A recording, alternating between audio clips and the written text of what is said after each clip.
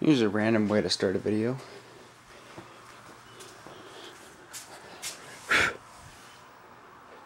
This is the cleanest my dad's car's ever been. A couple days ago I took it in for a car wash. Wiped a few spots down with a rag, got it all shiny. Got a few chips here. There's a big dent right there. I cleaned the windows down. Cleaned them down? I cleaned them. Inside and out. Armor all the inside of the car. Vacuumed it. Sprayed it with some freshener. Now it's like it's brand new. Anyways, the main topic of this video is just kind of a history or maintenance report of my 95 Ford Explorer.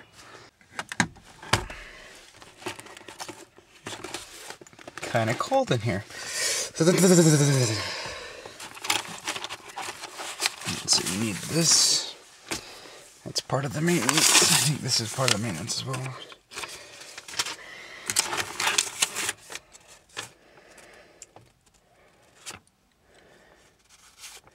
This is probably just gas.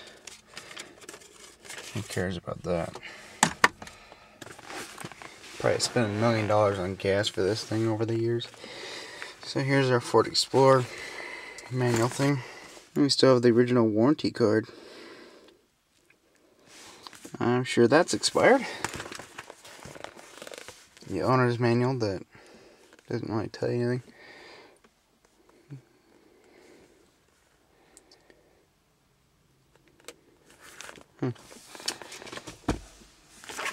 Okay, let me find out which ones are the maintenance papers. Some of these are also DMV papers, so hang on.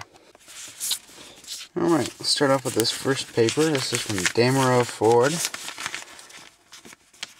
These, I don't think the dates are in order. I think this is the, oh, that's perfect. That's for the car. There's no date on this one. This is probably one of the first things. I think this is just a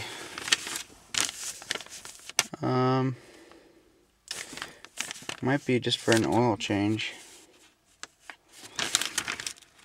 which was $25. 5W30, 5 quart. We're running 10W30 in this thing.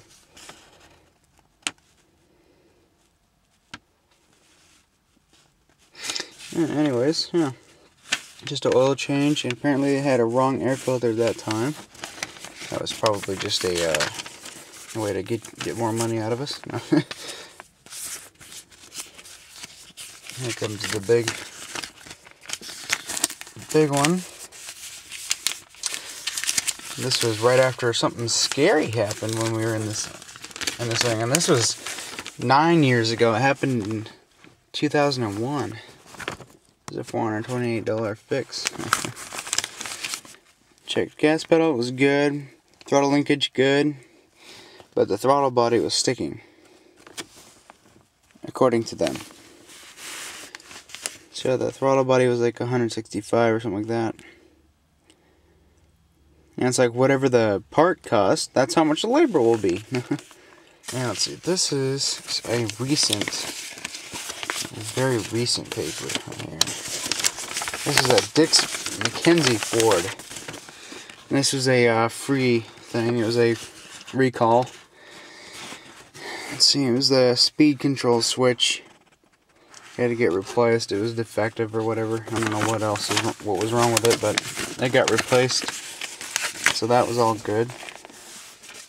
Let's see. This is this Valvoline? No, this is Baxter. This was one of the lift support struts, and it's $21. I showed you the video on how to replace those. And then this is the other receipt for that first one. So that's $42 invested right there. And this is from Valvoline. This is just a oil change. They put 10W30. That was... Oh! It wasn't... And we did that. And let's see, what else did we do? It